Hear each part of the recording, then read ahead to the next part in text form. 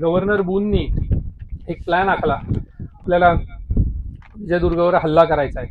तर एक असं बॉम्ब फेकणारं एक जहाज त्यांनी तयार केलेलं होतं की ज्याच्यावरनं तोफगोळे बॉम्ब म्हटलेले आहे त्यामध्ये, पण ते तोफगोळे असणार आहेत त्याच्यामध्ये सगळे. ते एक मोठे तोफगोळे टाकण्याचं एक जहाज होतं.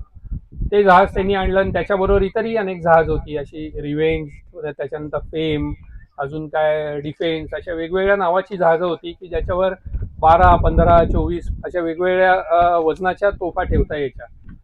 तर ही जहाजं त्यांनी मुंबईतून पाठवली आणि त्याच्याबरोबर एक मेजर व्हेन नावाचा एक ब्रिटिश ऑफिसर त्यांनी पाठवला. त्याच्याबरोबर 2,500 लोकं पाठवली त्यांनी या सगळ्या जहाजांवरती.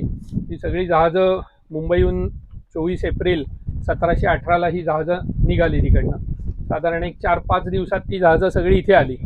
इथे आल्यानंतर त्यांनी पहिले काय केलं, या खाडीत शिरला. इथे समोरनं तिकडनं मुंबईहून आला आणि या खाडीत शिरून त्यांनी या खाडीची नाकेबंदी केली पहिले.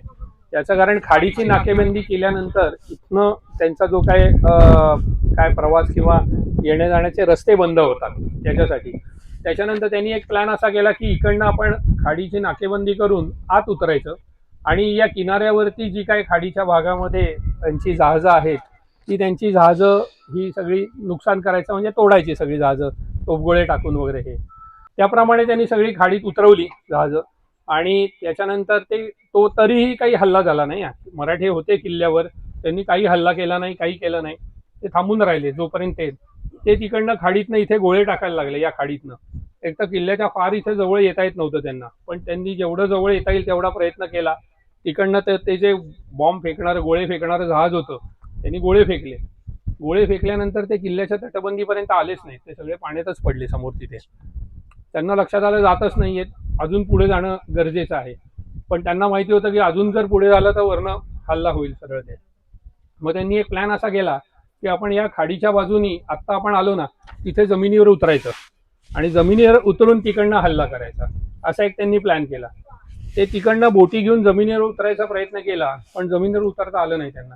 कारण मराठ्यांनी तिथे आरमार जिथे होतं आणि शिवाय खाडीचा भाग होता तिथे लाकडाचे ओंडके टाकून ठेवले होते. लाकडाचे ओंडके टाकल्यामुळे त्यांना तिथे किनाऱ्याला येताच आलं नाही तिकडे. तरी सुद्धा काही त्या मेजर वेननी काही लोक उतरवली, ती इथे उतरली. उतरल्यानंतर ह्या पलीकडच्या भागात पण आंग्र्यांची काही जहाजं होती.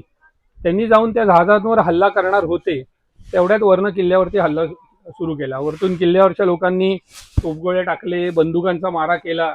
ते जे सगळे इंग्रज होते ते सगळे पळून परत जहाजावर गेले. तर इकडनं जहाजावर हल्ला झाला पूर्ण. त्यांची ही जी काय 3-4 जहाजं होती त्या सगळ्या जहाजांवर हल्ला केला.